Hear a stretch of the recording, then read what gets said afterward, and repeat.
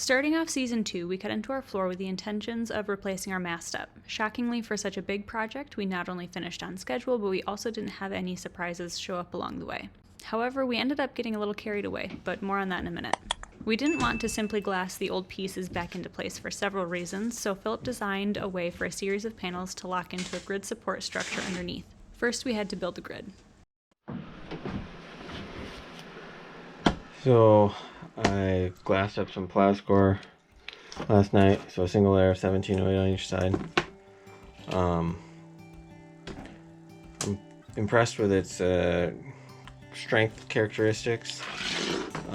This piece right here, which is about 17 inches long, I supported it like an inch on each end and stood in the middle, and it didn't deflect more than like a quarter inch.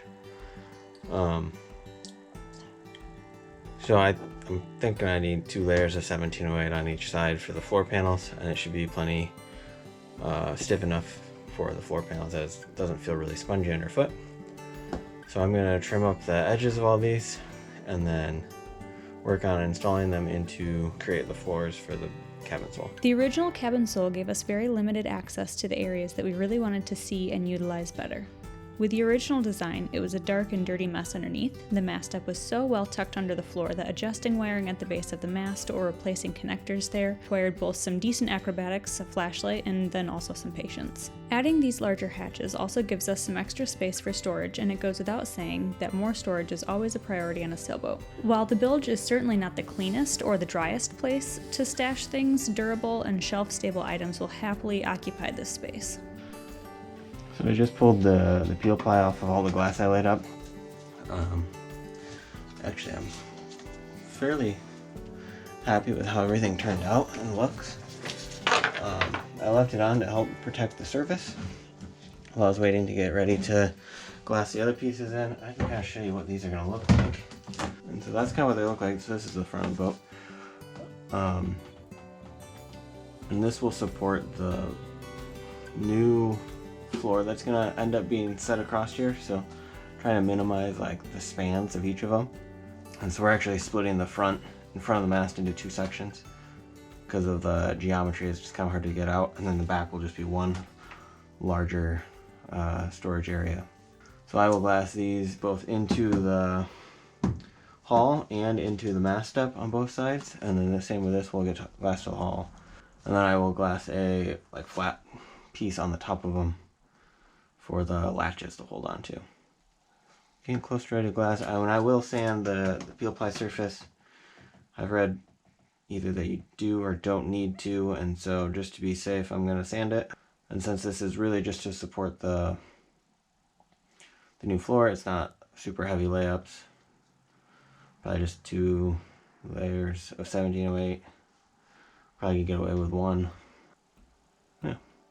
It will provide a little bit of stiffness, I think, for the boat as well.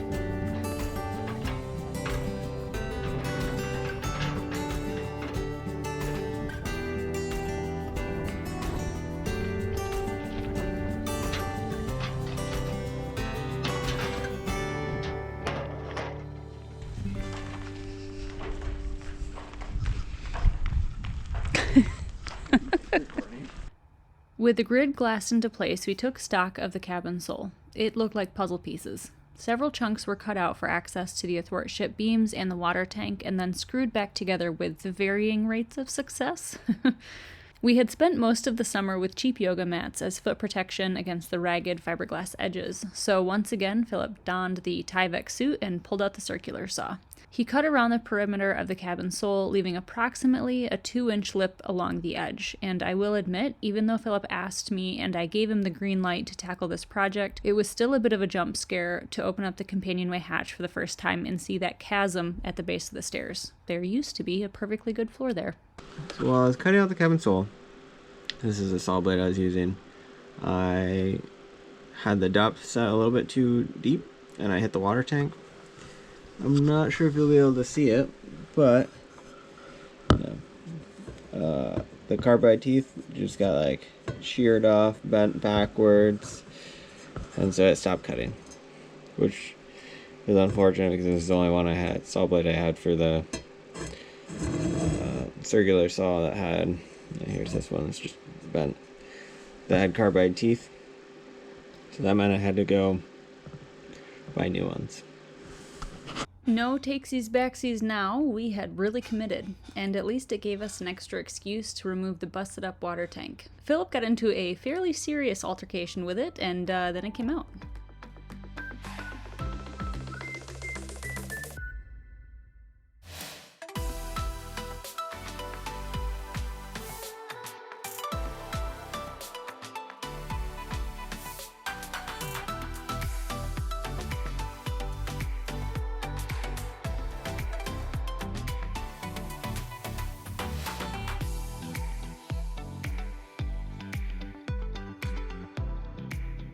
So there's my water tank. Just finished cutting it in half. To get it out, it was a crappy job. Whew. I think that might have been the hardest task I've done on this boat. Now I gotta get it out of the boat without slicing my hand open or wrecking gel coat, paint, or woodwork.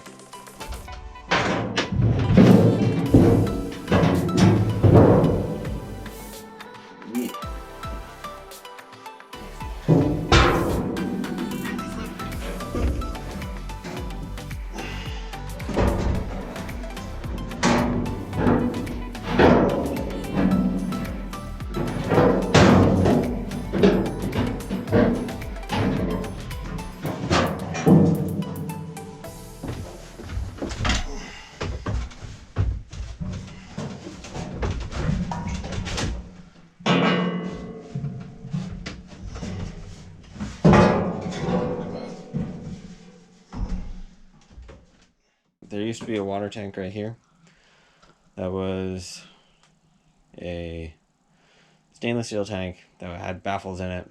There was no way to clean it. When we cut it open to look, it had all like a warped surface. And then also when I was cutting in, it's cracked right here. And I was wondering what was going on, so I contacted the previous owner, and it sounds like at one point the water tank got overfilled and it cracked the fiberglass and it warped and popped the tank. Or I don't know if it popped the tank, but it popped all the rivets on the baffles. So that's gone now. So now I need to sand and clean some of this up so we can work on putting in new floors for the cabin sole. I'm thinking there's just going to be one center one, and then I'll put one back there to support the edge as you come down. And then this one will be thickened at the top to support the new removable sole boards. And then there's 1B1 that's going to get added right here. And then I'll just have a whole bunch of panels to make. So I have